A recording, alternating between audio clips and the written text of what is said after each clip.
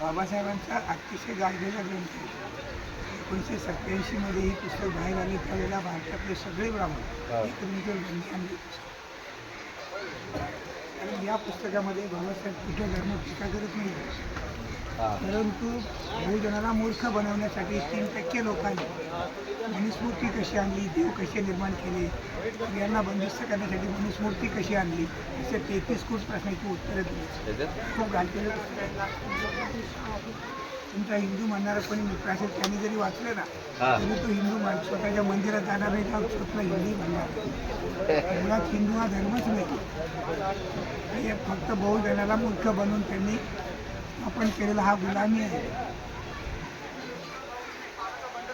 आणि तो रुपयाचा प्रश्न. त्यानंतर RBIची स्थापना होऊन भारताचं पहिले चलन बाहेर आलं. ही एप्रिल 1935. बाबासाहेब स्वतः ट्रेडर होते सर. 1917 मध्ये बाबासाहेब स्वतः ट्रेडिंग करत होते. जगाल स्ट्रीटमध्ये बाबासाहेबांचं ऑफिस होतं. तुम्हाला जर मोठा पैसा कमवायचा असेल हे पुस्तक जरूर वाचा. अतिशय गाजलेला ग्रंथ पण बाबासाहेब. हे कसं आहे पुस्तक? 160 रुपयाला.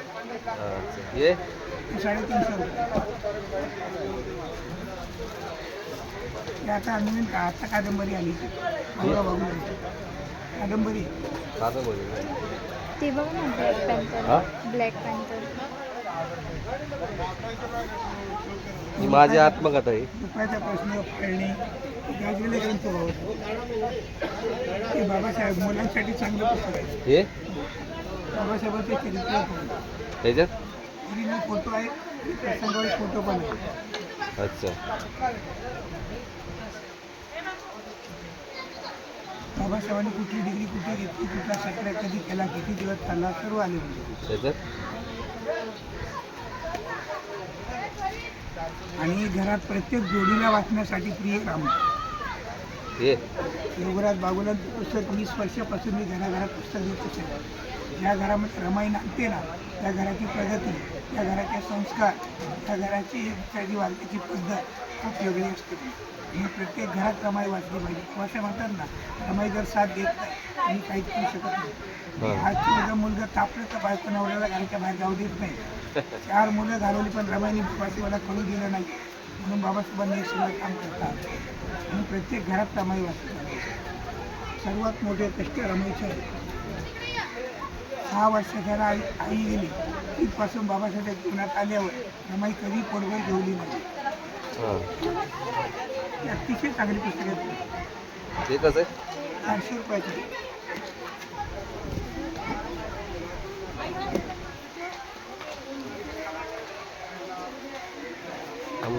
संविधान अपडेट करून 2000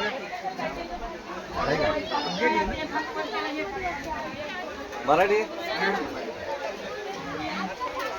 प्लस त्याच्यामध्ये 3 भाषणे दिली. बाकी 200 रुपयाचं पुस्तक लोक एक्स्ट्रा देतात, पण याच्यात ॲड केलेले. कारण बाबासाहेबांना ही लोक महाराष्ट्रामध्ये निवडून आणत नव्हते.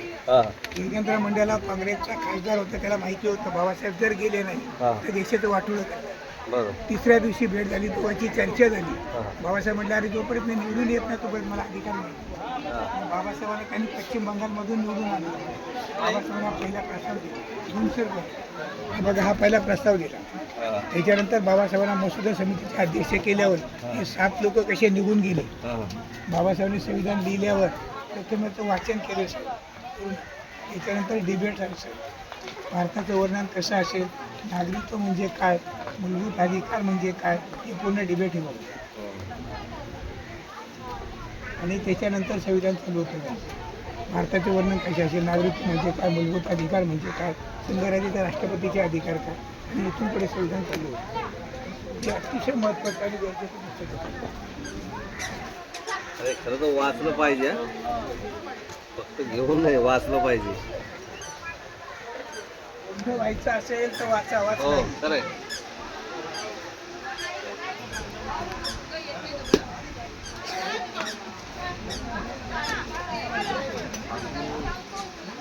ते दिवस गेलेच बाळा. तुम्हाला जगायचं असेल तर तुम्हाला बाबासाहेब समजून घ्यावं लागतील, वाचावं लागेल. आमचं खरं तर आपण असून सुद्धा आपल्याला त्याच्यातलं ज्ञान नाही खरंच ते नाही पाहिजे. बाबासाहेबांना मानण्यात आणि जाणण्यात खूप मोठा फरक आहे. मोठा आणतो खरं बाबासाहेबांना मानू नका, बाबासाहेबांना जाणा.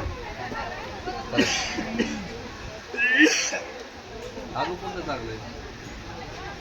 ते तुम्ही हात दिलेले ते पण चांगलं पुस्तक. जगाच्या विद्वानांनी बाबासाहेबांच्या पुढे डोकं ठेवलीच नाही. हे एक नंबर पुस्तक आहे. रुपयाचा प्रश्न किती आहे किती? जोपर्यंत तुमचा रुपया स्थिर आहे ना तोपर्यंत महागाई स्थिर राहते. आज बघा एका डॉलरला 89 रुपये आपले आहेत म्हणून महागाई घे त्याच्यावर घे. अच्छा.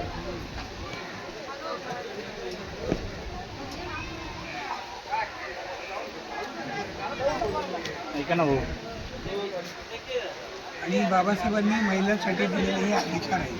1951 मिलियन प्रश्न पण चांगले आहेत. आहे? मिलियन प्रश्न पण चांगले आहेत. ते अगोदर त्यांना बाबासाहेब कळले.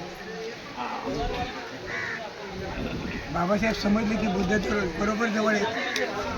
नाही खरंय खरंय खरंय कारण बुद्ध म्हणजे बाबासाहेब आहे. खरंय. बिलकुल. बाप माणूस किती मोठा आहे तुला? 350 रुपये. मला 20 पुस्तकं पाहिजे. 20 पाहिजे. हे काय कमिशन देतो साहेब? तो 20% मी काम तर मला 20 पाहिजे. हां मी फोन करतो हां. आणि